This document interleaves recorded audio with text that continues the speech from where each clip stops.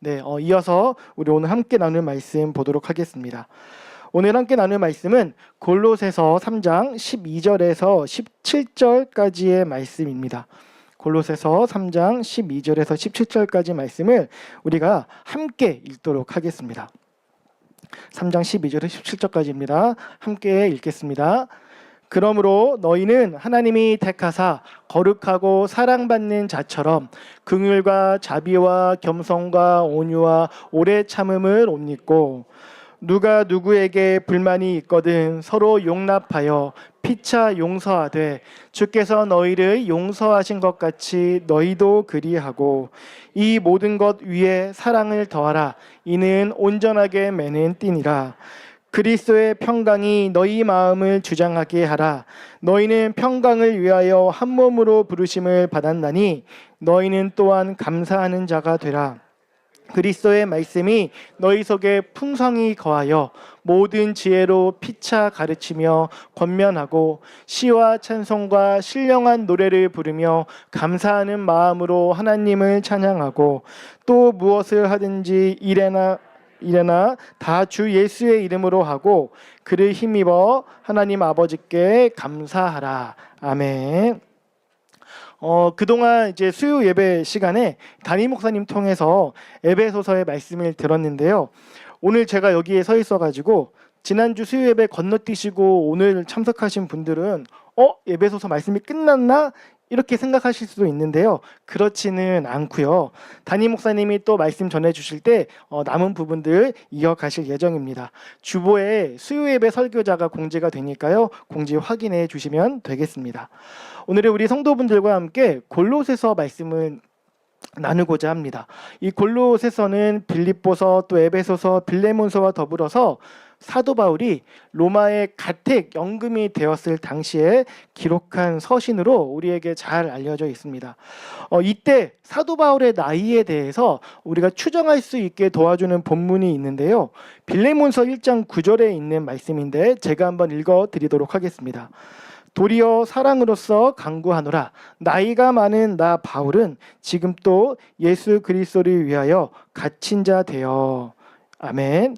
이렇게 기록이 되어 있는데 여기에서 나이가 많은 이 표현에 사용된 단어가 헬라어로 프레스비테스라는 단어입니다. 이 단어는 성인 중에서는 제법 나이가 많은 편이지만 그렇다고 노년이라고 하기에는 살짝 부족한 그런 연령대를 의미하는데요.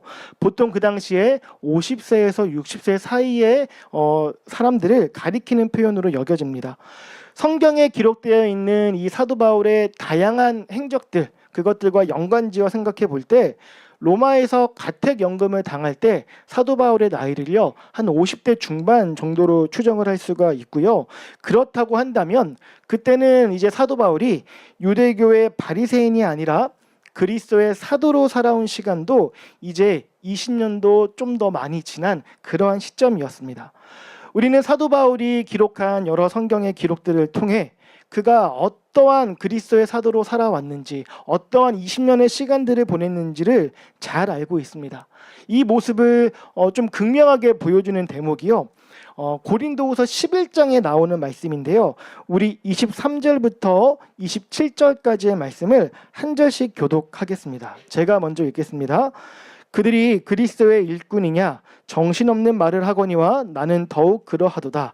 내가 수고를 넘치도록 하고 옥에 갇히기도 더 많이 하고 매도 수없이 맞고 여러 번 죽을 뻔하였으니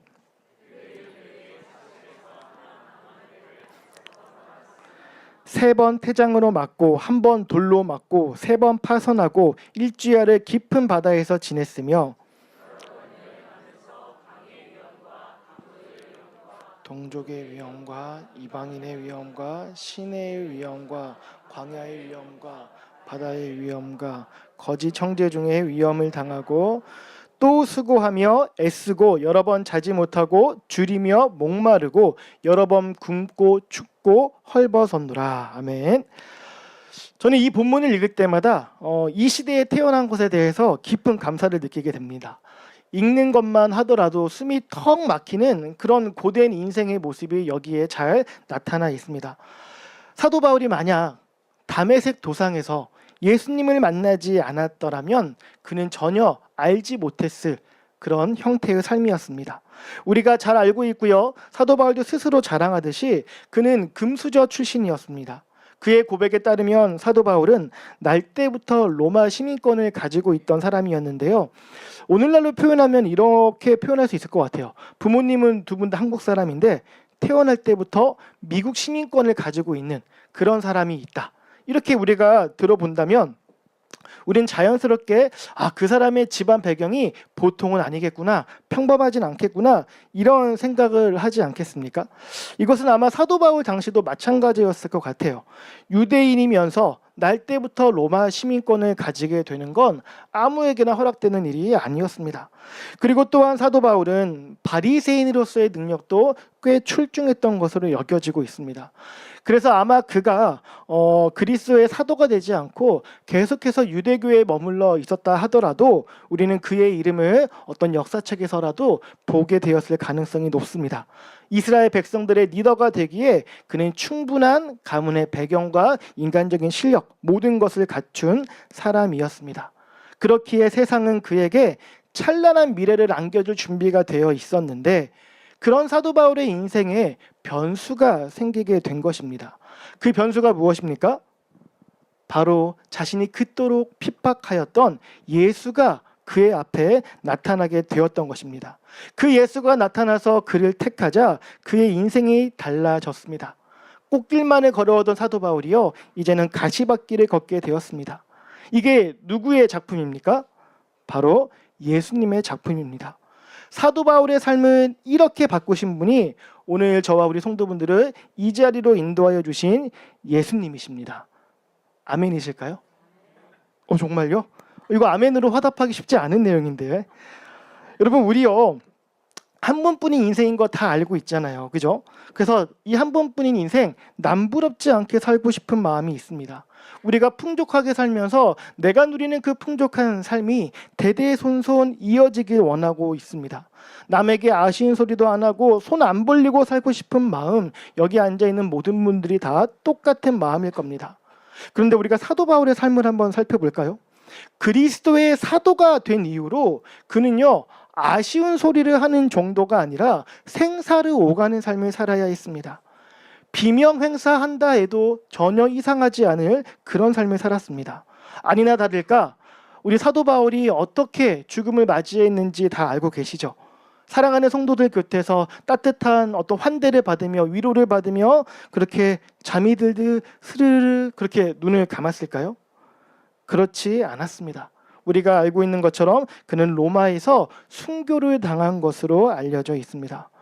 앞서 우리가 함께 읽었던 고린도 후서의 말씀을 기록한 이후에도 사도 바울은 그 위험하고 위태로운 삶에서 결코 돌아서지 않았던 것입니다. 이런 걸 보면요, 참 성경이라는 건 참 특이한 책인 것 같습니다. 성경의 목적이 무엇입니까? 독자들에게, 읽는 사람들에게 예수님이 어떤 분인지를 가르쳐주며 그를 믿게 하고 따르게 하여서 구원의 여정을 완성케 하는 것이 성경의 큰 목적 가운데 하나이지 않겠습니까? 그렇다고 한다면 성경에는 어떤 내용들이 주로 담겨져 있어야 하는 것일까요? 예수님에 대한 긍정적인 내용들은 물론 예수님을 믿음으로 인하여 내가 예수님을 믿었더니 이전에는 이런 게 없었는데 내가 예수님 믿고 난 이후에는 이런 좋은 일들이 있었어. 그 삶에 주어지는 어떤 유익들에 대해서 풍성히 적어 놓는 것이 더 많은 사람들을 이 기독교로, 이 교회로 인도하기에 더 좋은 내용이지 않겠습니까? 그런데 성경이라는 건요, 오히려 그 반대의 내용들을 기록하는 것에 있어서 거침이 없는 특이한 책이라는 것입니다.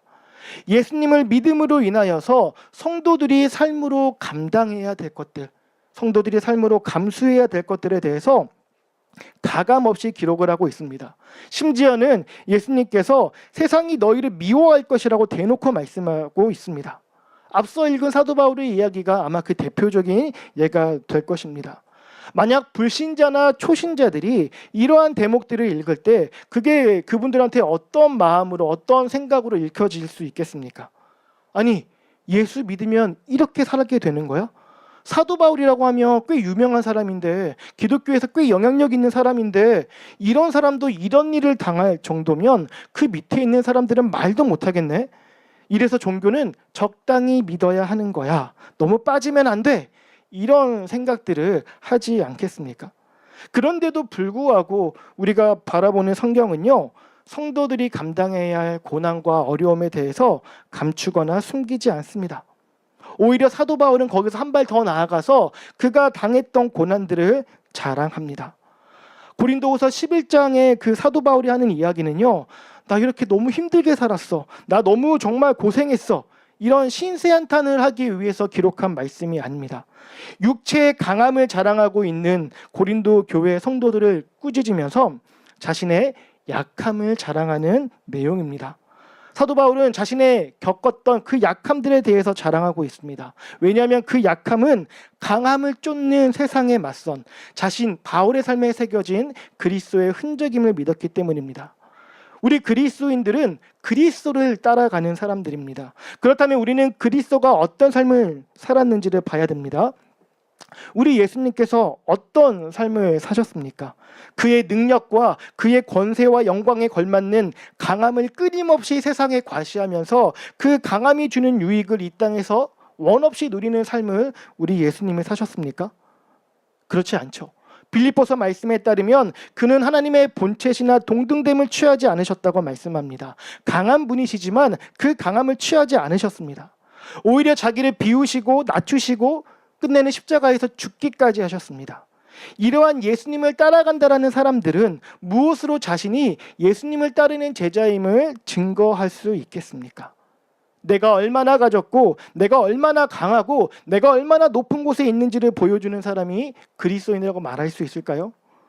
오히려 그 반대일 것입니다. 내가 얼마나 비원했고 내가 얼마나 섬기고 내가 얼마나 겸손한 삶을 살았는지, 그것이 그리스도인들이 보여야 할 참된 삶의 모습이라는 것입니다.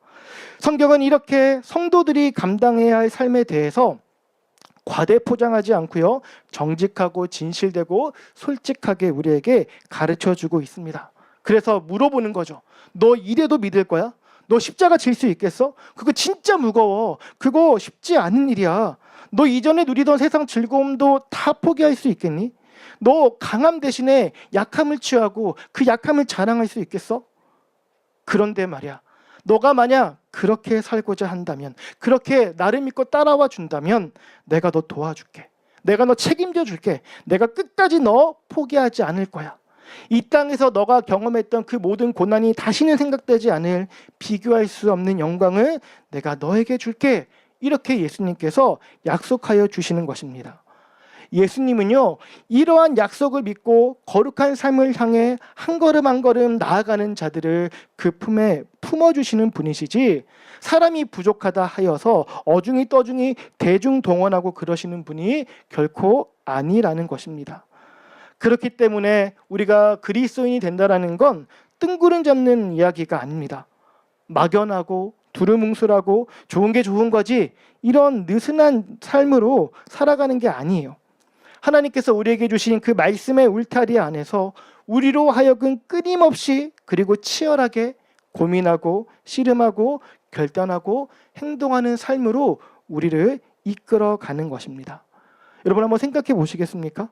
가만히 있는 사람이, 아무 생각 안 하는 사람이 저절로 비우고 저절로 섬기고 저절로 낮아지는 삶을 살아갈 수 있겠습니까? 그건 거의 불가능에 가까운 일입니다. 내가 비워야 될 게 무엇인지 끊임없이 고민해야 하고, 나의 섬김이 필요한 일이나 사람은 없는지 주변을 세심히 면밀히 살피기도 해야 하며, 불쑥불쑥 튀어나오려고 하는 나의 자아와 나의 교만함을 다스리면서 겸손히 살아가기 위해서는 우리는 부단히 애쓰고 의식하고 노력하지 않으면 안 된다라는 것입니다. 사도 바울의 고백처럼 표대를 향해 달려가는 삶은요, 그저 구호와 다짐으로만 가능한 게 아닌 것입니다. 그렇기 때문에 사도 바울은 각 처에 있는 성도들을 향해서 펜을 들 수밖에 없었던 것입니다. 잔소리를 하고자 한 것이 아니라, 어른 대접을 받고자 하는 것이 아니라, 자신이 걸어온 길, 곧 세상의 미움을 받는 그 길에 이제 들어서게 된 성도들을 애틋하게 생각하며 그들이 앞으로 감당할 수고와 열심들이 헛되지 않고 참된 열매를 맺어가기를 바라는 마음으로 그들이 가야 할 방향에 대해서 가르쳐 주고자 편지들을 썼던 것입니다.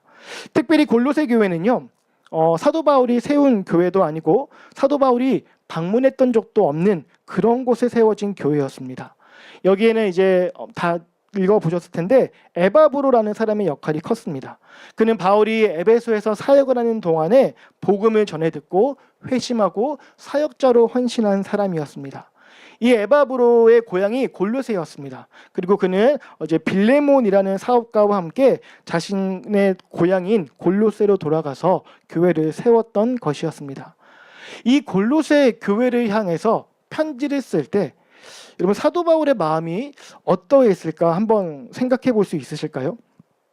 자신은 지금 로마의 가택연금이 되어 있는 상황이었습니다. 자신은 비록 묶여있는 신세였지만 자신이 생명을 걸고 전했던 그 복음은 세상에 묶여있지 않고 기대하지 않았던 곳, 알지 못했던 곳에서 뿌리내리고 있다는 것에 하나님께 깊은 감사와 기쁨을 느꼈을 것 같습니다.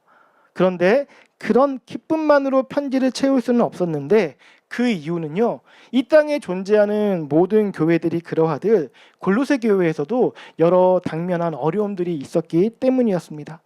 특히나 골로새 교회가 직면했던 어려움은요, 그리스도의 신성, 예수님께서 하나님이심에 대해서 잘못 가르치는 사람들이 있었고요, 이단들도 있었고요, 유대교 전통에서 기독교를 공격하는 일들도 많이 있었기 때문입니다. 그래서 바울은 이 골로새서 1장과 2장을 통해서 그리스도의 신성과 그가 우리에게 행하셨던 구원의 완전함을 강조하면서 그 바른 신앙에서 떠나지 말 것을 권면하고 있습니다. 그리고 나서 오늘 본문을 포함한 3장과 4장은요, 1장과 2장에서 언급했던 그 교리적인 가르침에 근거하여서 그리스도인들의 실제적인 생활이 어떠해야 하는지에 대한 구체적인 지침들을 우리에게 이야기하고 있습니다. 특별히 오늘 우리가 함께 주목하고 싶은 건요, 교회 공동체에 대한 내용들입니다. 우리 각자는요, 여기 앉아있는 우리 성도분들 한 분 한 분마다 다 각자가 꿈꾸고 기대하고 소망하는 교회의 모습이 다 있으실 것입니다. 어떤 분들은 성교에 좀 진심을 다하고 전력을 다하는 그런 교회를 꿈꾸실 것이고, 어떤 성도분은 다음 세대를 키워내고 양육하는 일에 온 힘을 쏟는 교회를 꿈꾸실 것이고, 어떤 분은 교회가 교제에 더 힘을 쓰면 좋겠다, 어떤 분은 예배가 더 뜨거웠으면 좋겠다, 어떤 분들은 교회가 사회적 책임들에 대해서 깊이 고민했으면 좋겠다, 이런 각자가 기대하는 교회의 모습들이 다 다르실 것입니다. 그럴 수 있습니다. 그리고 우리는 그 모든 것들을 함께 펼쳐놓고 이야기하면서 우리 교회에 할 수 있는 것들, 우리 교회 상황에서 하나씩 채워갈 수 있을 것입니다. 그런데 그 전에 우리 각자의 소망이 담겨있는 교회를 세워가기 전에 반드시 먼저 해야 할 일이 있습니다. 먼저 늘 우리가 점검해야 하는 일이 있습니다. 우리 생각에 앞서서 성경이 우리에게 가르쳐주고 있는 교회의 모습이란 무엇인지를 우리가 먼저 살펴야 하는 것입니다. 성경이 가르쳐주는 공동체의 모습을 세워가는 일에 먼저 우리가 전력을 다 투구를 해야 되는 것입니다. 하나님의 지혜를 건너뛴 채 우리 각자의 소망을 앞세우는 공동체는요, 결코 건강할 수가 없습니다. 감사하게도 우리 채비교회는 하나님의 지혜를 채워가는 일에 있어서 열심을 가지고 있는 교회입니다. 그게 우리 교회의 자랑이고요, 소망이고요, 능력인 줄 믿습니다. 이 모습을 우리가 잘 견지하기를 소망하면서 오늘 본문이 우리에게 가르쳐주는 참된 공동체의 모습은 어떤 것인지를 우리가 한번 살펴보도록 하겠습니다.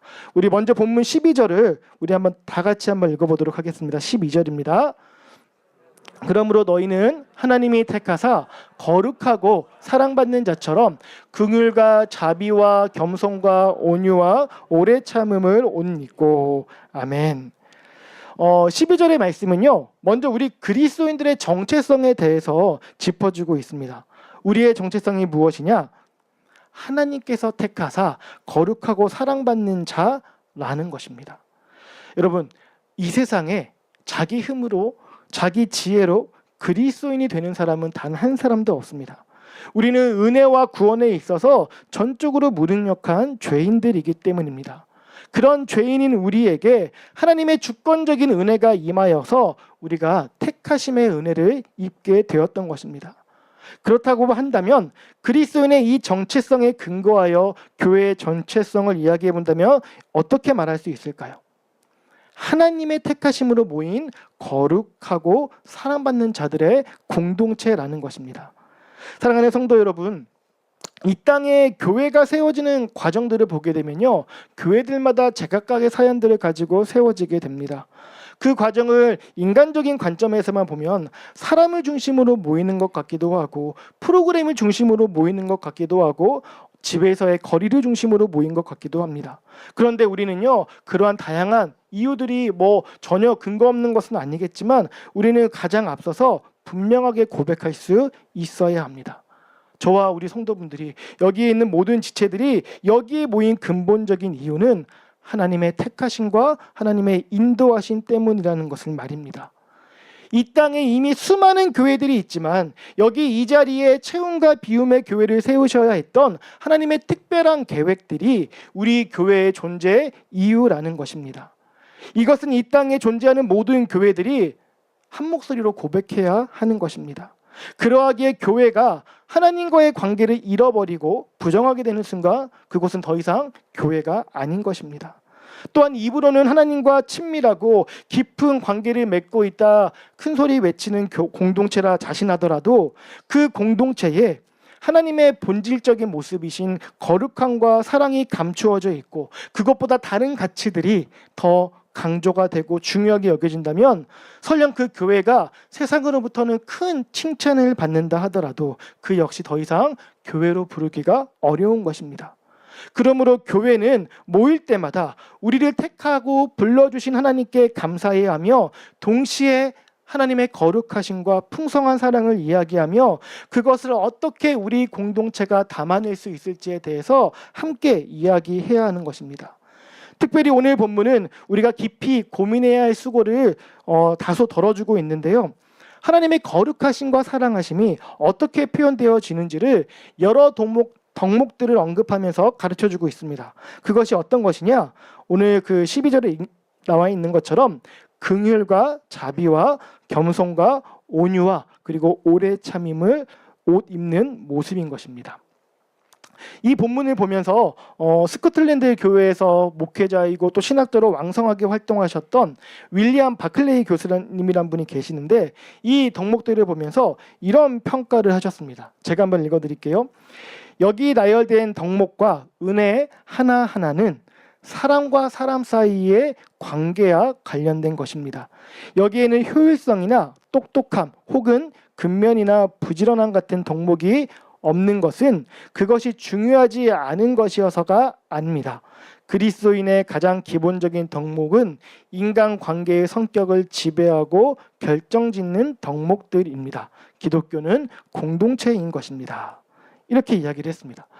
어떠실까요? 바클레이 교수님의 견해에 좀 동의하실까요? 저는 이 견해가요 상당히 설득력 있는 통찰이라고 생각을 합니다. 그 이유가 본문이 여러 덕목들을 언급하면서 마지막에 그것들로 옷 입어라라고 이야기를 하잖아요. 여러분 우리가 다 옷을 입고 있는데 이 옷의 기본적인 기능 가운데 하나가 무엇입니까? 관계 형성을 하는데 영향을 준다라는 것입니다. 우리 드레스 코드라는 말 하잖아요. 어떤 사람을 만나느냐, 어느 장소에 가느냐, 어떤 상황으로 가느냐 그런 거에 따라서 그날 우리가 입을 옷들을 고르게 됩니다. 예를 들어서 회사나 학교 면접을 가는데 반바지에 민소매를 입고 이렇게 면접을 보러 간다면 어떤 평가를 받겠습니까? 좋은 평가는 받기는 좀 어렵겠죠. 그죠? 내 옆에 있는 같은 면접 보는 사람과 똑같은 대답을 했어도 말끔하게 정갈하게 옷을 차려입은 사람한테 더 후한 점수를 줄 겁니다. 친한 친구가 결혼을 하는데 신부보다 혹은 신랑보다 더 눈에 띄고 더 화려하고 주목받는 옷을 입고 가면 어떻게 됩니까? 민폐하객이 되는 겁니다. 어떤 옷을 입느냐에 따라서 우리는 마주하는 사람들과의 관계가 깊어져 갈지 깨지게 될지가 영향을 받는다는 것입니다. 그런 의미에서 오늘 본문은 우리가 공동체로 이렇게 함께 모일 때에 입어야 할 옷이 긍휼과 자비와 겸손과 온유와 오래 참음이어야 한다라고 말씀하고 있는 것입니다. 각각의 덕목들에 대한 설명은 제가 따로 하지는 않을 건데요. 대충의 의미는 우리가 다 알고 있잖아요. 우리가 상대에게 이 덕목들을 갖춘 사람으로 혹은 갖추어 가기 위해 노력하는 사람으로 보이도록 행동할 필요가 있다는 겁니다. 여러분, 여기 나와 있는 이 덕목들은요, 어떤 이 권면들은 선택 사항이 아닙니다. 왜냐하면 12절은 이 덕목들이 하나님이 택하사 거룩하고 사랑받는 자들에게 나타나는 모습이라고 말씀하고 있기 때문입니다. 여러분, 우리가 옷을 입을 때 늘 나에게 딱 맞는, 핏하게 딱 맞는 그런 옷만 입겠습니까? 그렇지 않죠. 때로는 살이 쪄가지고 옷이 찡기기도 하고요. 살이 빠져서 옷이 헐렁해지기도 합니다. 그래서 입긴 입었어도 거추장스럽게 느껴지거나 불편하기도 하지만 그래도 입어야 할 옷이라고 한다면 입고 생활을 합니다. 여기에 언급되어 있는 덕목들, 그것을 완전하게 갖춘 사람들은요, 이 세상에 존재하지 않을 겁니다. 우리의 연약함을 미루어 생각해 보건대 이 덕목들을 우리가 갖추기 위해서는 상당한 불편함과 어색함과 우리가 이질감을 느끼게 될 것입니다. 그럼에도 불구하고 우리가 가진 그 무엇으로도 살 수 없는 옷을 우리 주님께서 우리 한 사람 한 사람에게 선물로 주신 것이기 때문에 우리는 그 옷에 우리의 삶을 맞춰가야 하는 것입니다. 13절에서 서로 용납하여 피차 용서하되 주께서 너희를 용서하신 것과 같이 하라는 말씀도 이와 같은 맥락에서 이해할 수 있습니다. 제가 예전에 어떤 설교를 듣는데 오카네 목사님 설교였어요. 오카네 목사님께서 설교 가운데 이런 말씀을 하셨습니다. 내가 오래 성경을 연구하고 읽고 설교하면서도 여전히 풀지 못한 한 가지 질문이 있다. 그것은 하나님께서 왜 나 같은 죄인을 사랑하여 주시는지를 도무지 이해할 수가 없다. 이렇게 얘기를 하시더라고요. 사랑하는 성도 여러분, 오카네 목사님이 가진 그 질문, 우리도 질문한다면 우리라고 뾰족한 답이 있겠습니까? 우리라고 다르겠습니까? 우리의 어느 구석이 이쁘고 사랑할 만하여서 하나님이 우리를 사랑하여 주시는 것이겠습니까? 택도 없는 소리인 것입니다. 그럼에도 불구하고 우리는 이해할 수 없지만 하나님께서 우리를 사랑하여 주십니다. 그냥 사랑하여 주시는 것도 아니고요. 우리가 아직 죄인 되었을 때에 당신의 하나밖에 없는 아들을 내어주시기까지 우리를 사랑하여 주셨습니다. 우리는 그 하나님을 통해 긍휼과 자비와 겸손과 온유와 오래 참음을 보고 경험하고 또한 누리고 있습니다. 그것을 우리가 고백할진데 우리가 어찌 하나님이 지으신 각각의 피조물들을 함부로 대할 수가 있겠습니까? 무엇보다 하나님의 특별한 계획으로 묶어주신 우리의 공동체입니다. 그런 우리가 어찌 서로를 미움과 질투와 시기와 분노의 대상으로 여기며 신앙생활을 할 수 있겠습니까? 그래서는 다른 게 문제가 되는 게 아니라요, 우리 스스로가, 우리 각자가 하나님의 거룩하고 사랑받는 자가 아니라는 것만을 증명할 뿐인 것입니다. 사랑하는 성도 여러분, 여기에 모여있는 우리 각자는요, 정말 다른 상황과 형편 가운데 살아왔습니다. 그렇기 때문에 우리는 5만 가지 색깔을 가지고 모여있는 공동체입니다. 그래서 우리는 수시로 서로 같은 점보다는 수시로 다른 점들을 발견하는 게 쉽습니다. 제가 예전에 서울에서 전도사 사역을 할 때 부서에서 아이들을 데리고 이렇게 춘천으로 가가지고 놀러 가는 그런 프로그램을 좀 계획을 했었는데, 회의하면서 성도님들끼리 얼굴이 붉힌 적이 있거든요. 왜 붉혔냐면 아이들 식사로 삼겹살을 주느냐 목살을 주느냐, 이걸 가지고 선생님들끼리 얼굴이 붉히며 싸웠던 적이 있습니다. 사실 애들은 뭘 줘도 그냥 허겁지겁 잘 먹거든요. 이런 일들이요, 생각보다 공동체 안에서 많이 일어나더라는 것입니다. 중요하게 여기는 사역들이 다 다르고, 지지하는 정치 색깔이나 정당도 다르고, 어떠한 사회적인 주제나 교회 안의 어떤 주제에 대해서도 정반대의 의견을 가지고 있는 일들이 정말 교회 공동체 안에 비일비재하게 일어납니다. 이러한 교회 공동체를 향한 하나님의 대답이 무엇이겠습니까? 야, 묻지도 따지지도 말고 다 짜장면을 통일해. 이게 하나님의 대답이겠습니까? 그렇지 않은 거죠. 14절의 말씀이 바로 하나님의 대답을 우리에게 가르쳐주고 있습니다. 14절을 우리가 함께 읽겠습니다. 이 모든 것 위에 사랑을 더하라. 이는 온전하게 매는 띠니라. 아멘. 이 14절을 읽으면요, 우리가 마치 사랑장이라고 불리는 고린도전서 13장을 떠올리게 합니다. 고린도전서 13장 1절이 무엇을 말씀합니까? 사랑이 없다면 그 어떤 은사도 소리나는 구리이고 울리는 꽹과리라고 말씀을 하셨습니다. 사랑이 결핍된 은사는 은사가 아닌 것인데, 은사를 사모하는 자들이 모여있는 공동체가 어찌 다른 지체들이 나와 다른 생각을 가지고 있다는 것으로 사랑을 포기하고 다투고 싸우려 할 수 있겠습니까?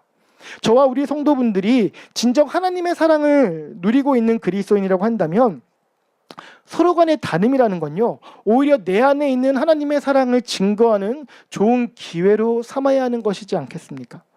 우리가 어떻게든 사랑을 포기하지 않고 서로를 용납하고 용서하고 섬기고 존귀히 여김으로 우리가 변함없는 하나님의 사랑을 받고 있는 그리스도인임을 증거할 수 있는 것이지 않겠습니까? 우리가 그러한 모습을 통해서 참된 믿음과 사랑의 공동체가 되기를 소망합니다.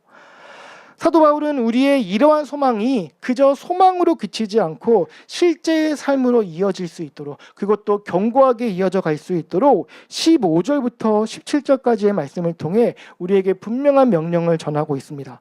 우리 15절부터 17절까지 말씀을 함께 읽도록 하겠습니다. 그리스도의 평강이 너희 마음을 주장하게 하라. 너희는 평강을 위하여 한 몸으로 부르심을 받았나니 너희는 또한 감사하는 자가 되라.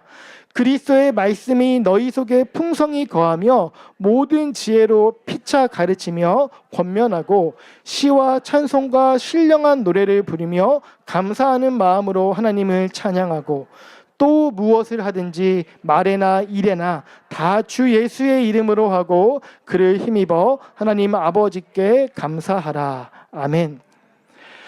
여러분, 우리가 잘 알고 계시는 것처럼 세상에는요, 완전한 악인도 없고요, 완전한 선인도 없습니다. 그와 마찬가지로 지금 우리가 알고 있는 어떤 교회들 중에 온통 문제투성이로 보이는 교회들이 있다고 해서 그 교회들이 처음부터 문제투성이로 시작했느냐? 그렇지는 결코 않았을 것입니다. 그 모든 교회들이 첫 시작은 따뜻하고 사랑이 넘치며 그 어떤 일에도 서로 용납하고 용서하면서 또한 오래 참아주면서 아름다운 시간들을 가졌을 것입니다. 그리고 그 아름다운 시간들이 영원할 거라고 확신하며 함께 지냈던 때가 있었을 것입니다. 그런데 그 첫 모습을 지키지 못하고 점점 실망스럽고 안타까운 모습으로 변해가게 되었던 것입니다. 사도 바울은요, 그렇게 교회가 하나님의 사랑이 잠시 머물렀다가 떠나는 공동체가 되는 게 아니라 그 사랑을 계속해서 지켜갈 수 있는 공동체가 되도록 지금 교훈을 전하고 있습니다. 그것은 바로 그리스도의 평강이 우리 마음을 주장하게 하라는 것입니다.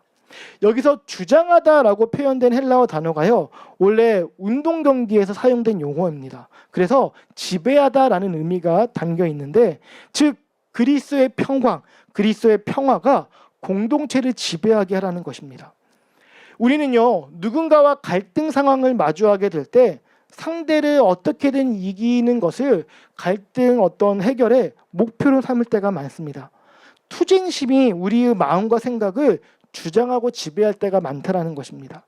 문제는 이런 경향들이 오직 세상에서만 발견되느냐? 안타깝게도 그렇지 않다라는 겁니다. 교회 안에서도 다분히 목격되는 모습이라는 것입니다.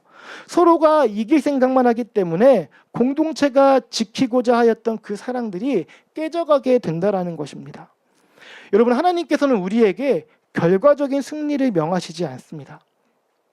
어떻게든 상대를 이겨서 상대를 내쫓고 교회의 남은 자를 하나님이 기뻐하시는 게 아니라 그리스도의 평화를 실현하기 위해 애쓴 자를 하나님은 기뻐하신다는 것입니다. 여러분, 그렇다면 그리스도의 평화란 무엇입니까? 하나님과 우리 사이에 막힌 담을 허물기 위해서 자신의 생명까지도 십자가에서 내어주신 그 모습이 그리스도의 평화입니다. 상대를 이겨먹기 위해서 온갖 성경의 말씀을 끌어다가 나의 무기로 삼는 것, 그것이 결코 그리스도의 평화이지 않습니다. 여기서 우리가 오해하지 말아야 될 것이 또 있는데요, 평화라고 해서 상대와의 관계를 우상이 되어서는 안 된다는 것입니다. 갈등 관계를 만들지 않으려고 불의한 일에 동조하거나 방조해서 안 된다는 것입니다. 그러니 그리스도의 평화가 공동체를 지배하게 만드는 일은요, 굉장한 지혜와 각오와 인내가 필요한 일인 것입니다.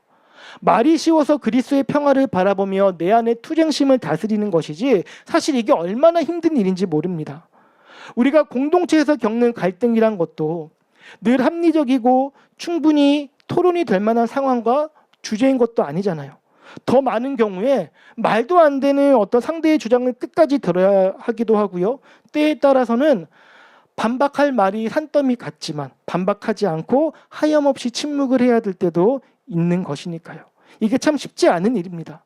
그렇기에 이 그리스도의 평화가 나를 그리고 우리 공동체를 지배하게 하는 건 우리가 가지고 있는 어떤 성품이나 어떤 능력에 달려 있는 것이 아닙니다.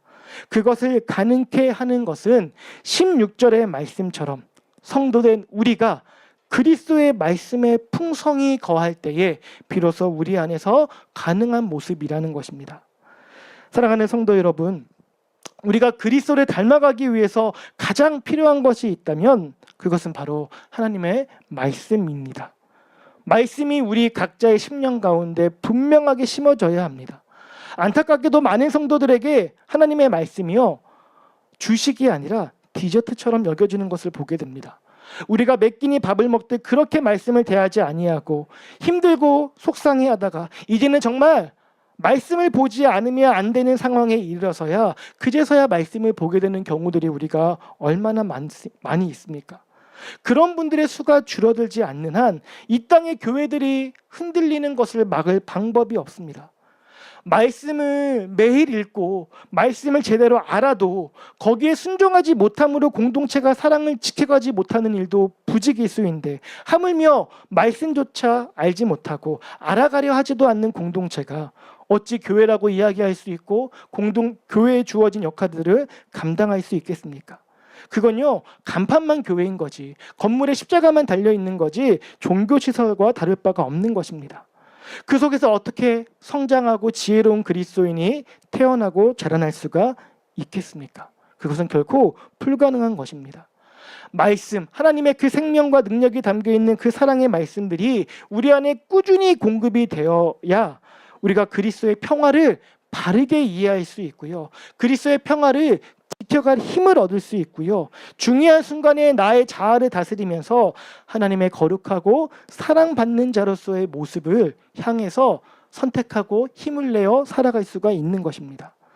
말씀을 제대로 배우고 듣고 이해해야 교회가 교회다워지고 성도가 성도다워지는 것입니다. 세상을 이기는 교회의 힘은요, 예전이나 지금이나 변함이 없습니다.